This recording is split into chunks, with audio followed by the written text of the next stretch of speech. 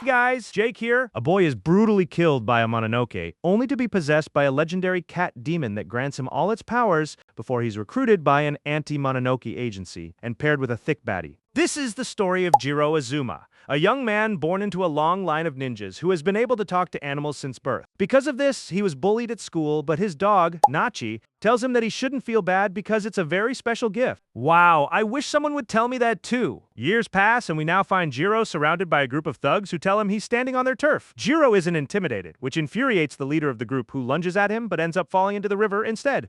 Jiro then turns to face the other two, who start to wonder nervously if he might actually be a ninja. Just like their leader, they end up in the river as well, and the group runs off. Right after that, Jiro hears a voice thanking him, and it turns out to belong to a cat. The cat is relieved that he and his friends will finally be able to live in peace in that area, but he's worried that Jiro may have made enemies by stepping in. Jiro isn't concerned since he's used to that kind of trouble by now. A crow teases him, telling him that with a face like his, he'll never get a girlfriend. After saying goodbye and heading home, Jiro gets scolded by his grandfather, who has already heard about the fight and complains that he didn't teach him shinobi arts just so he could go around brawling. The grandfather throws a few kunai at him and then shows him the Azuma family's heirloom. The great shinobi sword, he explains, was given to their family by the shogun himself during the Edo period, so Jiro should honor his roots and act like a true member of the Azuma clan.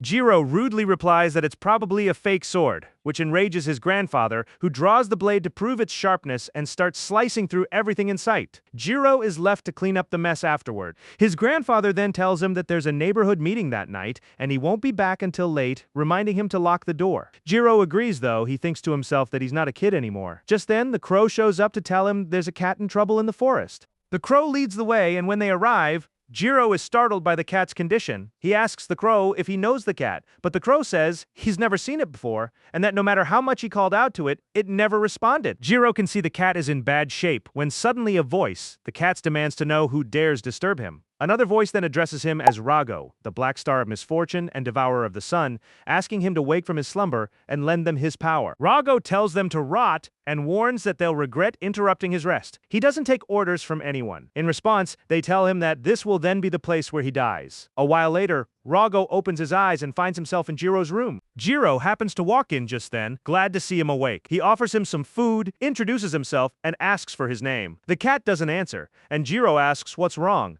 since even stray cats have names. The cat wonders to himself who this idiot is, assuming there's no point trying to explain anything to him when Jiro tells him not to call him an idiot. The cat is stunned and immediately hides under the bed. Jiro tells him to come out already, while the cat thinks to himself that he can't sense any spiritual energy coming from the boy, meaning he really is human. Since the cat won't budge, Jiro decides to bring out his secret weapon. The cat is confident nothing will get him to come out, but the secret weapon works anyway. Jiro remarks that, as the saying goes, the way to a man's heart is through his stomach. Jiro finds it funny that a cat would consider himself a man, and the cat corrects him he's not a cat. He introduces himself as Rago, an immortal, a Mononoke, explaining that beings like him usually take human or animal form, with some living alone in the mountains or deep in the forest. Jiro asks if Mononoke are like him, and Rago can tell he's not lying. The boy genuinely has no idea what he's talking about. Rago reveals that he was attacked by other Mononoke, though he doesn't remember much since he was in a deep sleep. The only thing he recalls is being surrounded after being woken up. They had come to ask for his help, but he wasn't interested and told them to get lost. Jiro asks why he turned them away if they were fellow Mononoke, and Rago explains that he despises his own kind. Nothing but arrogant parasites who hide their weakness behind the strength of others. Jiro immediately relates to that feeling, though. Rago tells himself not to get too invested, since Jiro is human and won't believe him anyway. Jiro replies that just because he doesn't understand everything doesn't mean he doesn't believe him. After all, he talks to animals himself, so it makes no difference to him that Rago is a Mononoke. Meanwhile, back in the forest where Rago had been lying wounded, a red-haired woman contacts headquarters to report finding blood that must belong to Rago, meaning he can't be far. Her superior orders her to hold off for now, saying he'll join the search team himself. She leaves and vanishes without a trace, while elsewhere a mysterious shadow is shown, smiling menacingly. Back at the house, Jiro is bathing Rago, and is surprised to see that his wounds have already healed, making him think there might be some truth to what Rago told him. Rago says he already knew Jiro wouldn't believe him, but Jiro replies that he believed about half of it. The other half sounded more like the ramblings of a dying cat. The situation reminds him of his beloved Nachi. his old dog, a big, beautiful, affectionate animal, the complete opposite of Rago. Rago asks if he has a death wish for saying that, while Jiro continues, explaining that back then he was badly bullied at school, and whenever Nachi saw him, she'd ask him to give her a bath so that all the bad things would wash away with the dirt. She would then tell him how glad she was to have him, but that whenever he could, she hoped he'd also help others, since that was a gift only he had. His words strike a chord with Rago, but just as he's about to say something, Jiro cuts him off to rinse him.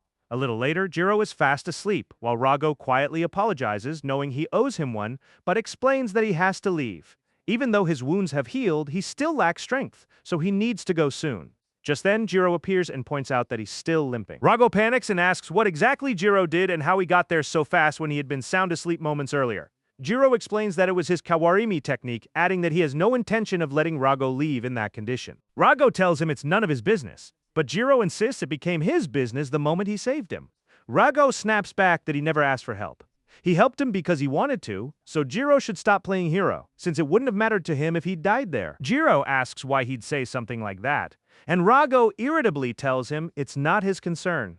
That comment sets Jiro off, and he tells Rago to stop talking about dying so casually. In response, Rago flexes his power and warns him to shut up, reminding him that he hasn't forgotten what Rago is, a Mononoke, a spirit that devours humans. The two of them come from completely different worlds, so it would be best for Jiro to just leave him alone. Just then, a mysterious figure joins the confrontation, and Rago's expression drops. He knows they've come for him. Jiro tells the stranger he wasn't invited into his home and that he's picked a bad time to show up since he's already in a foul mood, warning him to leave. The figure instead transforms and tells him not to worry since he'll be devoured shortly. Luckily, Rago moves quickly to draw the creature's attention and get it away from the house, and the Mononoke chases after him to keep him from escaping. Jiro is stunned, but has no intention of leaving Rago to face this alone. Rago tries to create distance so he can strike, but the enemy doesn't allow it and slams him into the ground, remarking that he knew Rago was in bad shape, but not this bad. It's pathetic that the legendary Mononoke Rago, the black star of misfortune, has fallen this far. He tells Rago to stop wasting time since it's already taken a lot of effort to break the seal holding him prisoner, and he'd rather not have to kill a fellow Mononoke. Rago decides to go with him, reasoning that if they only want his power, they'll have to earn it, and to do that, they need to be ready to face death. The two clash violently, but Jiro unexpectedly joins the fight, using the family heirloom sword to slice off the Mononoke's arm. Rago demands to know what Jiro thinks he's doing, since this isn't some street brawl. Jiro tells him to be quiet. The wound only enrages the Mononoke further, and it begins to fully transform. Jiro tells Rago that when he helps someone, he means it, so he's not about to leave him to fight alone. Besides, even if he ran, the creature would eventually come after him anyway. The Mononoke admits Jiro is sharper than he looks, since it had indeed planned to kill him afterward, but finds it odd that his true form doesn't seem to faze the boy at all. It's also impressed by his swordsmanship and stealth, and asks if he comes from shinobi lineage, since if so, it will thoroughly enjoy devouring him. The creature charges at Jiro, who manages to dodge and counter with his sword, but in an instant, the Mononoke pierces through his chest, telling him he let his guard down. It urges him to surrender to avoid more suffering, but Jiro fights back and manages to break free, though he ultimately collapses to the ground. Rago approaches and looks down at him, saying he brought this on himself. The Mononoke suggests Rago devour Jiro to restore his own strength, since he must be starving too, but Rago orders it to shut up, since it's about to die. He tells Jiro that he ignored his warning not to get involved, and now his death will have made all of that meaningless. Rago admits he could devour Jiro now and regain his true form, but refuses, since he won't take orders from that insufferable demon. Instead, he decides that this time, Jiro will be the one to devour him. After all, he owes him one, and it's time to pay it back. The Mononoke asks what exactly Rago thinks he's doing as Rago merges into Jiro's body, ordering him to wake up. Meanwhile, the red-haired woman from earlier reports the situation to her boss, who tells her he can already see what's happening from where he is, and that things are about to get complicated. The Mononoke demands to know what Rago just did, giving his power to a human, and a shinobi no less. Jiro gets back up, confused about what's happening and why he has this strange power inside him now, but Rago speaks directly into his mind, telling him to focus and promising to explain everything once they're out of danger. The Mononoke attacks with everything it has, and Jiro dodges while still disoriented. Rago orders him to finish it off, insisting he needs to kill the creature before any explanations can happen. Jiro doesn't know how, but Rago tells him he'll lend a hand, literally instructing him to simply clench his fist. When he does, Jiro unleashes a powerful wave of dark energy that completely destroys the Mononoke's torso, leaving Jiro stunned at what lending a hand actually meant. With the enemy defeated, Jiro demands an explanation, but it will have to wait, since the red-haired woman shows up and orders him not to move or speak. Her boss arrives as well, lamenting that things have taken a turn for the worse again. Jiro asks if he's an ally of that monster, but the man tells him to calm down. They aren't Mononoke. They're members of an intelligence agency, simple government officials. He'll explain the details later, and that he can probably already guess the situation he's in. Jiro isn't willing to be taken quietly, but the curvy, well-built woman knocks him out cold. Her boss addresses her as Ichika and tells her not to overdo it, though Ichika replies that it's only temporary, since they don't want him getting confused and turning aggressive. She asks what they should do with him, and he orders that Jiro be taken to the hospital for testing, adding that they absolutely cannot let him die, since he's now extremely important. It's finally time to move the body, but the agents turn out to be complete cowards. Since Jiro is possessed, Ichika looks at her spineless colleagues in disgust and decides to drag the body away herself. Meanwhile, Jiro finds himself in some kind of hallucination, wondering where on earth he is. He remembers running into a strange cat and then being attacked by a monster. Just then, Rago speaks up, and Jiro asks him why he looks like he's floating. Rago replies by asking if he's even noticed the hole in his chest. Once Jiro registers that, he wakes up with a start. At first, he assumes it was all a dream, but checking his chest confirms otherwise. Right then, Ichika tells him he's been unconscious for a day and a half and quickly reports the news to her boss. Jiro asks who she is, but she simply ignores him and informs Ryusuke that he's woken up and seems fully lucid. Jiro grumbles about being ignored by that awful woman, and just then Rago pipes up in his head agreeing that she's pretty irritating. Meanwhile, Ryusuke approaches the room annoyed that his subordinate hung up on him mid-call, but before entering, he overhears a bit of bickering. When he finally steps in and sees Jiro doing fine, he's relieved and calls him quite the tough kid. He then asks Rago how he's doing, but Rago tells him he has nothing to say to some rude brat. Ryusuke understands that Rago doesn't trust him, but at least he doesn't seem to want to cause harm, which is a relief given what he'd feared. He takes the opportunity to formally introduce himself as Ryusuke Shiba from an intelligence agency. Jiro says he already knows and asks for the explanation they promised him. Shiba agrees to fill him in and asks if he's familiar with the Oniwaban. Jiro answers that they were undercover agents who worked for the shogunate during the Edo period, and Ryusuke is pleasantly surprised by how knowledgeable the boy is. He explains that after the Meiji Restoration, the Oniwaban became loyal to the new government instead of the shogunate. They were an elite group of government secret agents, and that organization still exists today as their intelligence agency. Their duties are essentially foreign espionage and counterintelligence, as well as hunting down and eliminating Mononoke. Since Mononoke rarely cause major incidents these days, most of their recent work has actually involved dealing with humans, protecting public figures, or investigating organizations. However, since their particular division specializes in Mononoke, they usually lead a fairly quiet life. At least that was true until recently, because a group of Mononoke attacked one of their facilities.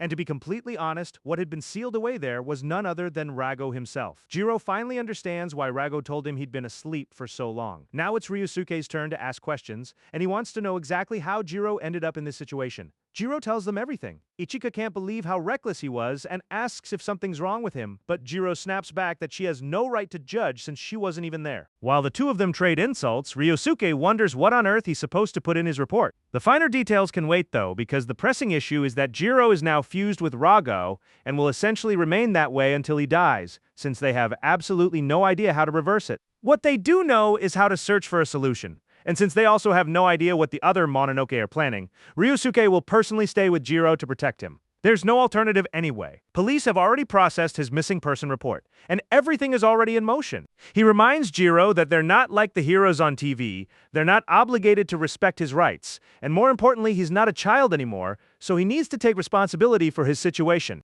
He informs him that he'll be transferred to another facility the next day, and before leaving the room, he mentions that the entire hospital falls under his jurisdiction, meaning there are soldiers stationed everywhere. With that, he takes his leave. Just before Ichika walks out, Jiro notices the dog with her, though Ichika just glances at him and leaves without a word. A little later, Jiro realizes he's essentially a prisoner in that room. And to make matters worse, he's now officially a missing person. He wonders what will happen if he's stuck like this forever. Thinking about his grandfather, Rago reminds him that he warned him about this. But Jiro insisted on getting involved anyway. Jiro tells him not to lecture him, and Rago clarifies that's not what he meant. What's done is done. Even though that idiot Ryusuke claims all of this is for his protection, Jiro needs to think it through carefully. Ryusuke's group were the ones who sealed Rago away in the first place, so Jiro seriously doubts they'll treat him well now that he's fused with a Mononoke. And beyond the intelligence agency, there's also the rest of the Mononoke who came after Raigo, the ones who woke him up, knowing full well they'd eventually have to answer to the agency for it. However he looks at it, he's completely alone right now, surrounded by people who are either furious with him or trying to use him for their own ends. At that point, Jiro lets out a frustrated shout. Raigo asks if he's okay, and Jiro admits he's fed up with everyone doing whatever they please with him, so he's decided he'll start doing whatever he wants to. Raigo asks if he's planning to run away, since he himself has no interest in fleeing. But Jiro tells him he plans to fight and give them all a beating instead. Raigo warns him that he has no intention of saving him if things go wrong, but Jiro already has a plan. He uses the crows to distract the guards and makes his escape. Later that evening, as the sun sets, he thanks the crows and hands over the snacks he promised them. He then heads home, since he has something important to take care of. Telling his grandfather everything that happened, Raigo asks if he's really sure his grandfather will believe him, and Jiro says he's confident he will. He asks Raigo to lie low for a bit, and just as he's about to step onto the property, his grandfather appears behind him. Jiro tries to explain that he had to leave because of some things that came up, but he can't get into all the details. It's complicated. His grandfather simply orders him to follow without another word. A while later, after arriving at a baseball field, Jiro asks why they've come to this particular spot, and his grandfather explains that it's because no one will be able to interfere there right before landing a solid hit on him. He asks Jiro if he has any idea what he's done. Jiro, dazed, has no clue what just happened and regrets leaving, but doesn't think that warranted getting hit. His grandfather then reveals that Ryusuke Shiba already told him everything, that he knows Jiro is possessed by a Mononoke, and that the intelligence agency is after him. Startled, Jiro asks how he could possibly know that, and his grandfather explains that it's because he himself used to be a member of that same intelligence agency. Just then, Raigo appears, remarking that it made sense now an old man that eager to kill wasn't just an ordinary grandfather. Seeing him confirms everything for the old man. He never would have believed it without seeing it firsthand. But now he knows exactly what he has to do: take responsibility for his grandson's mistake. He refuses to let either the intelligence agency or a Mononoke take advantage of Jiro. So he intends to destroy Raigo along with him, and once that's done, he'll end his own life as well. Raigo comments that this old man is something else. Jiro dodges an attack as Raigo continues, saying there's no stopping him. Jiro agrees, adding that he's never seen his grandfather this furious before. In a single instant, the old man delivers a brutal beating and tells his grandson that the Azuma family has spent generations perfecting their technique, a martial art every bit as lethal against Mononoke as it is against humans. He admits he only ever taught Jiro the basics, enough for self-defense, but given the current situation, he's the one who will destroy him. Raigo warns Jiro to be careful, but given how things are going, he'll have to step in himself since Jiro isn't reacting. The grandfather comes in for a killing blow, but Raigo blocks it and scolds Jiro, telling him to focus since his grandfather is genuinely trying to kill him. Raigo wants to help, but insists Jiro needs to handle the rest himself. Jiro, however, grabs him and tells him not to interfere. He'd already told him earlier not to come out unless he said so. Annoyed, Raigo tells him to do whatever he wants then.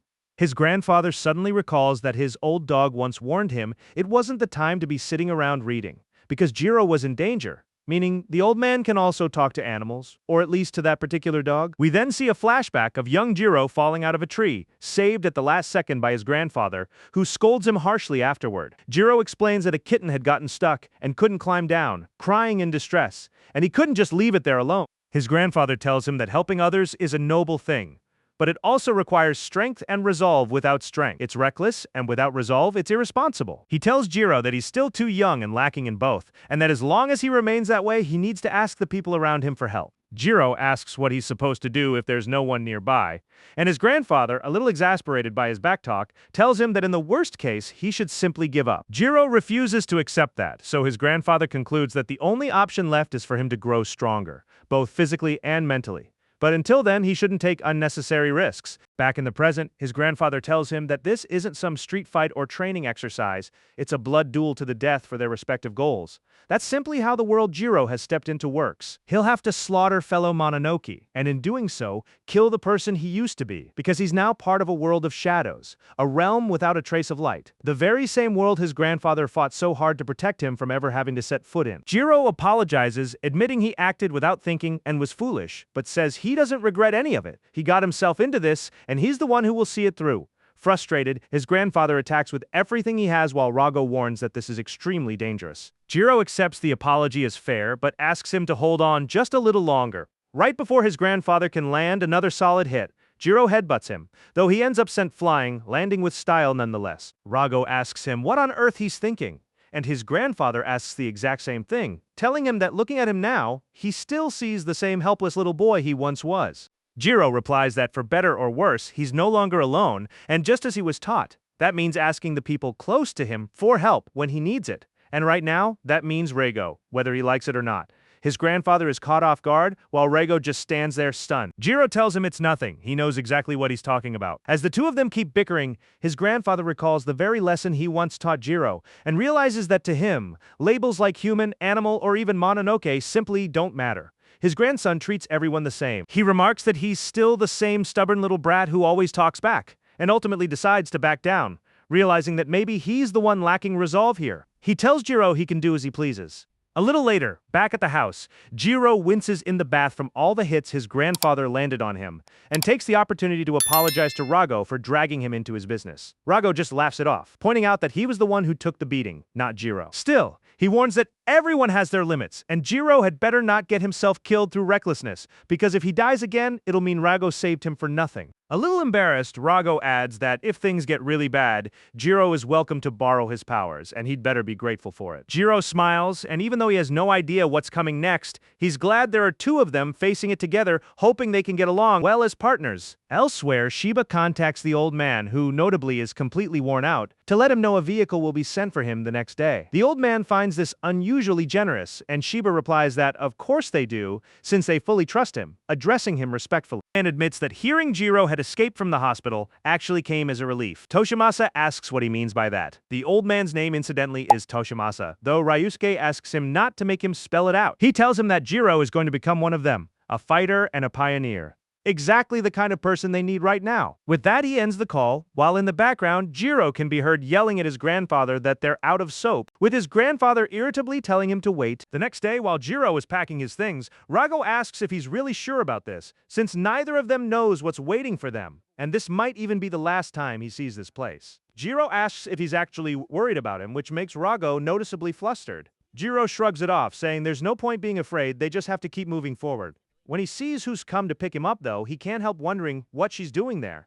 She makes it clear she's his bodyguard and escort, adding that she'll also be making sure he doesn't try to run off again, ordering him into the waiting truck. Jiro mutters that she's just bossy, and after saying goodbye to his grandfather and telling him not to drop dead while he's away, he heads off toward his new adventure. A while later, on the way to their destination, Jiro asks Ichika why on earth he has to wear this thing. She just ignores him, silently wondering why she got stuck being this guy's escort. Jiro demands she answer him and asks again why she put that on him. She tells him to be quiet, pointing out that he's essentially a prisoner now since he's no longer human, just a monster. Half human, half Mononoke. She admits she doesn't know what her boss or the higher-ups are thinking, but she's a professional who takes her job seriously. So, if she's been assigned as his bodyguard, she'll carry out her duties, even if that means protecting some pathetic half-Mononoke. Jiro complains that now she's calling him a monster, muttering that he only held back earlier because she's a girl. Just then, there's a sudden impact, and the co-driver asks the driver if he heard something. But he brushes it off as his imagination, though it clearly wasn't. Jiro nearly gets his head taken clean off. Ichika makes it very clear there are exactly two things that annoy her, Mononoke and sexist men like him. She says she barely even acknowledges his existence and tells him to shut his mouth for good. Just then,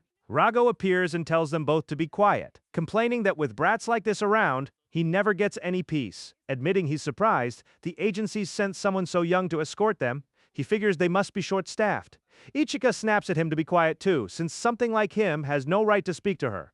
Rago notes that the girl's got some spirit, but suggests she worry about other things right now, because at that moment the truck is suddenly swallowed by a thick fog. The driver switches on the fog lights to see better, and spots something enormous on the road. When he turns to check on his partner, the man is already decapitated. The truck crashes immediately, and Ichika steps out to investigate and realizes from the fog that they've entered a spectral zone, quickly sensing the presence of Mononoke nearby. One of the Mononoke complains that it was hoping for tastier prey, disappointed that the two agency operatives don't live up to expectations.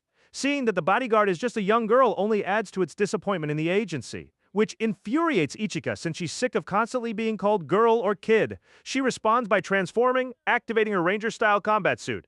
The Mononoke transform as well, and once cloaked in the fog, reveal their true forms ready to enjoy their meal. Ichika proves to have impressive skill and agility, managing to dodge one attacker's strike while going on the offensive against the larger one. Her attacks land, but only superficially.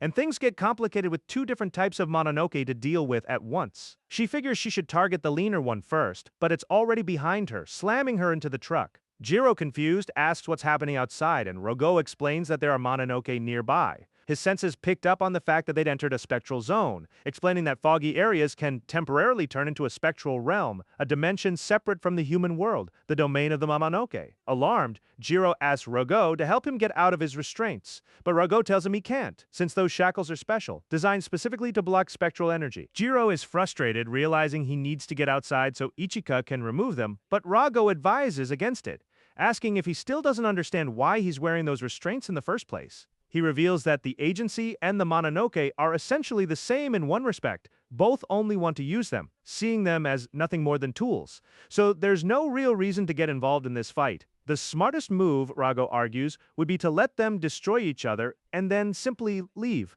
But true to form, Jiro tells him he doesn't get it at all, since he doesn't care about the agency or the Mononoke. Right now, all that matters to him is that the woman out there is fighting for their sake, and as a man, he can't just stand by and do nothing. The giant Mononoke lands a devastating blow on the truck, destroying it completely and sending Jiro flying. Rago mocks him, pointing out that after that whole speech, he ended up looking pretty pathetic. The Mononoke notices him and mentions that it's under orders to bring him in alive, giving him only 10 seconds to leave peacefully. Otherwise, it'll devour him.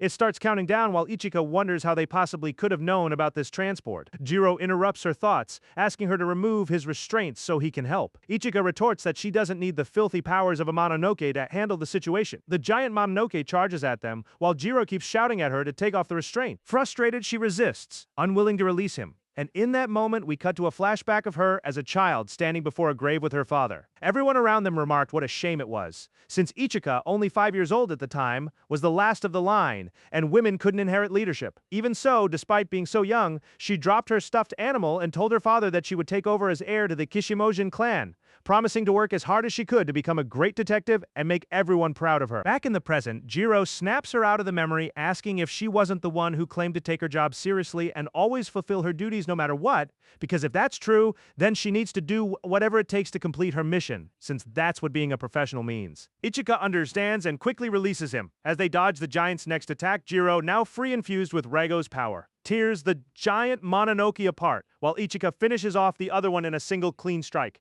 With the situation under control, Ichika makes it very clear she has no intention of thanking him. Rago comments that she's an incredibly ungrateful girl, but Jiro says he doesn't need her thanks and has no plans to offer his either. She fought to protect them, and they fought to help her, so they're even. Hearing this, Ichika tells him she actually has a name, introduces herself properly, and tells him never to forget it. She'd rather he stop calling her "Hey You" and start using her actual name. Jiro agrees and asks what they're supposed to do now, and she tells him they'll just have to walk. Meanwhile, Ryusuke submits a report on everything they know about Rago and Jiro, and also informs the higher-ups that he has a proposal. As head of the 2nd Special Division, he formally requests permission to form a new team, with Jiro Azuma as one of its detectives. The higher-ups ask if he's lost his mind, wanting to turn a half-Mononoke into a secret agent. Ryusuke explains that Rago hasn't shown any direct hostility so far and actually appears to be cooperating with Jiro.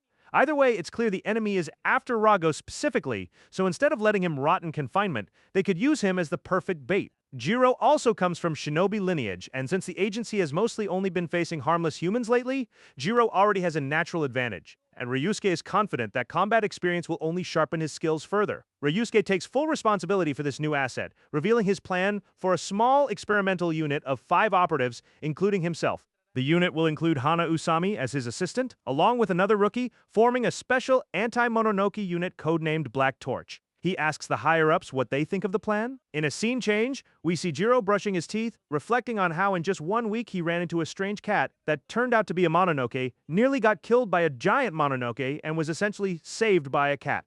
It's been an absurd week, but here he is regardless. Ryusuke walks up and asks how he's settling into his new life, and Jiro replies that he doesn't need to be watched so closely since he's not planning to run. Ryusuke reminds him that he did in fact escape from the hospital once already. But Jiro changes the subject, complaining that he has no life left since he's been subjected to every kind of test imaginable since arriving. Ryusuke acknowledges this but explains it's for everyone's benefit, both the agency's and his own. Jiro accepts that and asks if this is really their headquarters. Ryusuke admits that unfortunately it is, or at least the 2nd Division's base. He explains that each division has its own operational headquarters, and while they function like any ordinary company or organization on the outside, he has to admit this one is the ugliest of them all. Jiro jokes that they must have had better days, and Ryusuke corrects him, not they, but we, reminding him that he's now officially part of the team, the Black Torch unit.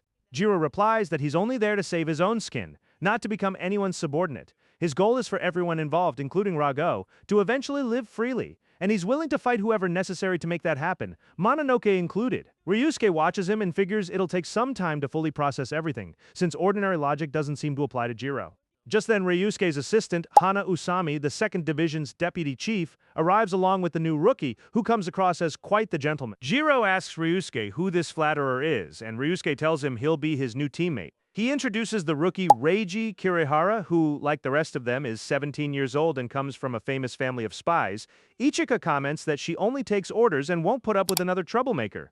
Reiji, however, is smooth with his words, praising her as a brave, ambitious young woman who broke her clan's tradition to lead it herself, adding that she's also quite pretty, and poor Ichika falls for it completely, though Jiro points out he's obviously just flattering her. When Reiji turns his attention to Jiro, though, he admits he'd already heard about him, but seeing him in person is somehow even worse than expected. He looks at Jiro with clear disdain, asking what a nuisance like him is doing in their unit, and suggesting he go back to the hospital he came from. Jiro stands up and dares him to repeat that. Reiji replies that honesty is the best policy and calls him a half-monster. Ichika senses the tension rising between them and comments that things are getting out of hand. Usami grows worried and tells Ryusuke they should step in and stop it, but Ryusuke sees it as the perfect opportunity instead, egging them on, calling Reiji Four Eyes and Jiro Half Monster, and telling them to settle it right then and there as long as they take it seriously. Once outside, the two boys prepare to fight while Ryusuke explains to the girls that this is essentially a duel, and that it will also help solidify the team since the higher-ups had a few conditions when he pitched the idea. One of them was proving that this arrangement would actually be useful to the agency, since none of it matters if Jiro and Rago can't cooperate with the rest of the unit. That makes this the perfect chance to test him against another agent and see just how strong he really is. Usami gets ready to film the fight, planning to use the footage as evidence to show the higher-ups. Jiro complains, asking Shiba why that jerk gets to use a weapon. Shiba explains that it's because his family comes from a lineage of master swordsmen, and back when the agency was formally tied to the Oniwaban, they trained the shogunate in swordsmanship and other martial arts. He tells Jiro that if he feels this puts him at a disadvantage, he's free to use whatever he wants to. Jiro says that won't be necessary. Reiji chimes in that Jiro may not have a sword, but he does have his own weapon, and he knows exactly what it is. Jiro tells him not to say anything stupid. Rago isn't a tool, and besides, he doesn't need Rago's help to win this fight. Before the match starts, Jiro tells Rago not to interfere, and Rago agrees, deciding to just take a nap. Reiji then drops his sword and turns his back, calling the whole thing ridiculous, saying he's giving Jiro a handicap on purpose just so the fight isn't a complete joke, and that he doesn't even need to look at him. This sets Jiro off, and unable to hold back any longer, he charges at Reiji, leaping high into the air to strike from above. The girls assume this is so. His footsteps won't give away his position, though Shiba remarks that they're overestimating him. Rago, meanwhile, thinks to himself that for a swordsman, distance from the opponent is everything. Mediocre fencers rely only on what they can see and hear, but the best ones have a sixth sense. Sure enough, Reiji grabs his sword in an instant and lands a solid hit on Jiro. Shiba notes that Reiji has a full 360-degree awareness, meaning he essentially has no blind spots, and Ichika admits she's impressed. Reiji decides to end the fight there, worried that continuing could actually get this useless opponent killed. Having exceptional power is one thing, but if that power is wasted on someone incompetent, it's worthless. Shiba gestures for him to look behind, and Jiro gets back up, saying that hit merely tickled, and that Reiji's little sword tricks are nothing compared to the beatings his grandfather used to give him. Reiji takes offense, since his swordsmanship is the product of centuries of sacrifice and talent, refined purely through bloodshed, and a comment like that, he says, is something people pay for with their lives. Jiro just smiles and invites him to try, while Shiba tells Usami to make sure she's recording everything, since it's about to get good.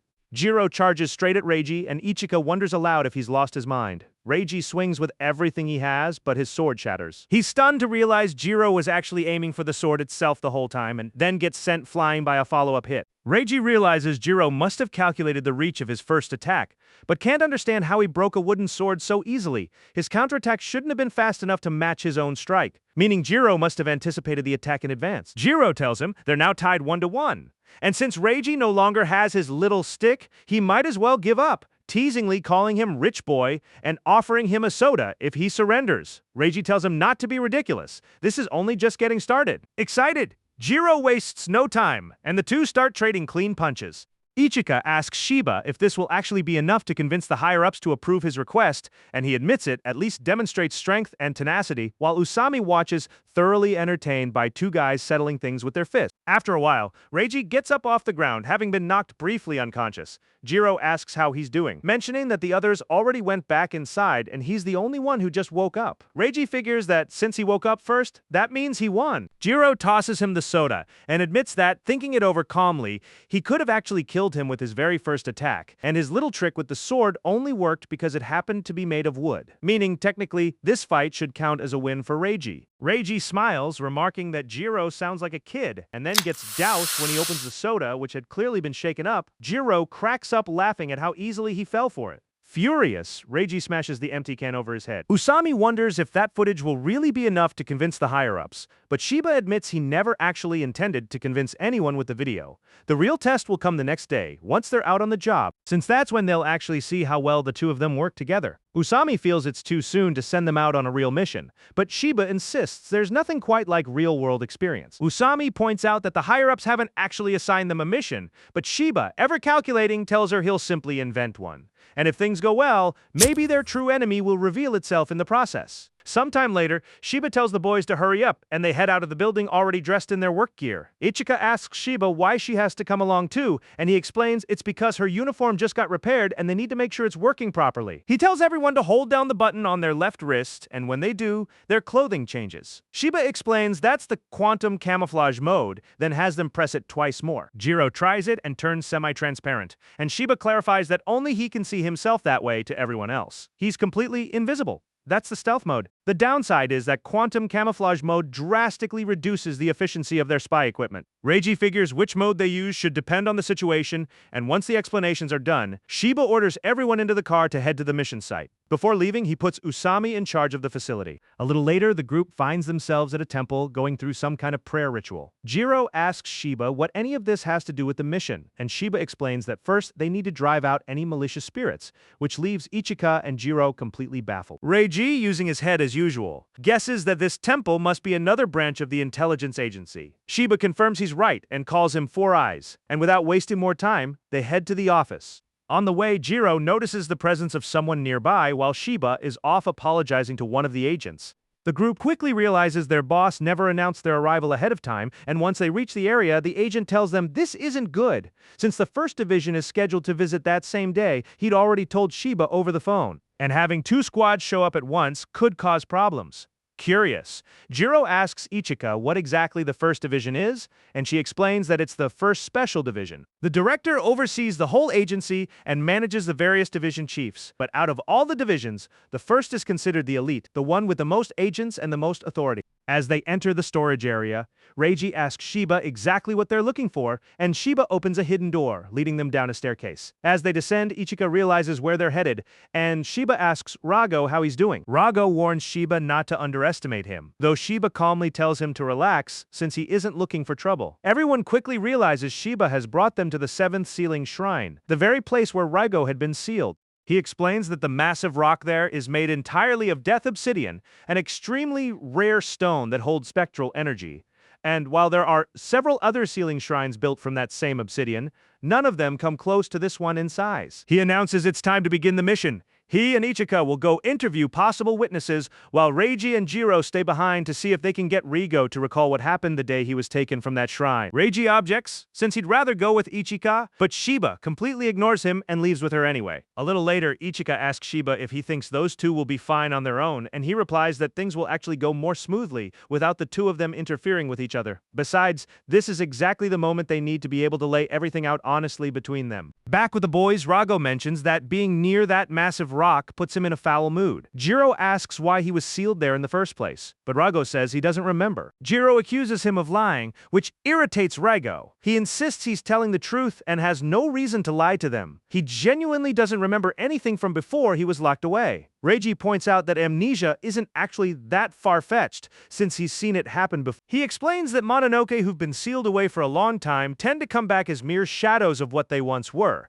meaning that when a Mononoke gets sealed, it's forced to possess something else instead. He explains that the act of possession consumes so much of a Mononoke's energy that they become unable to break the spell on their own. Under normal circumstances, Mononoke possess and inhabit living beings, but when sealed, they're forced into inanimate objects instead. For a Mononoke, being trapped inside an object like that is essentially an eternal prison, and if that object happens to be Death Obsidian, it becomes an absolute hell, unable to move, left in total darkness while its spectral energy slowly drains away. Reiji notes, it's hard to say exactly how long Rago was trapped there, but if amnesia is the only lasting effect, he actually got off lucky. Since dwelling on the past won't help, now he asks Rago to describe whatever he does remember from that day. Meanwhile, Shiba meets with the temple's caretaker, who shows him the security footage. At a certain point, all the cameras cut out for about 10 minutes. Even though there was nothing wrong with the electrical system, they suspect it must have been some kind of spectral barrier. Shiba asks the caretaker how many agents were on duty that day, and he says there were only 2, but when they heard a noise and went to investigate, they found nothing. A while later, Shiba admits they haven't really learned much of anything, though something about the crime scene doesn't sit right with him. He decides it's best to regroup with the others, back with the boys. Rago tells them the first thing he remembers is the cold of the stone. Then, cracking his eyes open, he sensed a group of Mononoke surrounding him, along with some kind of glowing tablet, and a voice spoke to him as if they already knew each other. The boys figure the glowing tablet must have been some kind of device, and whoever spoke to him was likely the group's leader. Rago explains that the person was a total stranger to him, and told him that things had changed, that Mononoke had barely managed to survive, and that they'd come looking for him because they needed his power to restore the Mononoke's dignity, and unleash their strength, not just against ordinary, pathetic humans, but against their true enemy, the intelligence agency. Rago tells the boys he told the man to get lost, and once he left, Rago used the opportunity to escape. Jiro figures they're back to square one, but Reiji corrects him, pointing out that this account actually revealed 3 important things. First, whoever freed Rago clearly knows how to break the seal. Second, there's the person with the tablet, who seemed to already know Rago from before he was ever imprisoned. And third, the enemy's motive is fairly clear: revenge against humans and the agency. While he can't say for certain, the way that person referred to their enemies makes him suspect this is personal, driven by vengeance.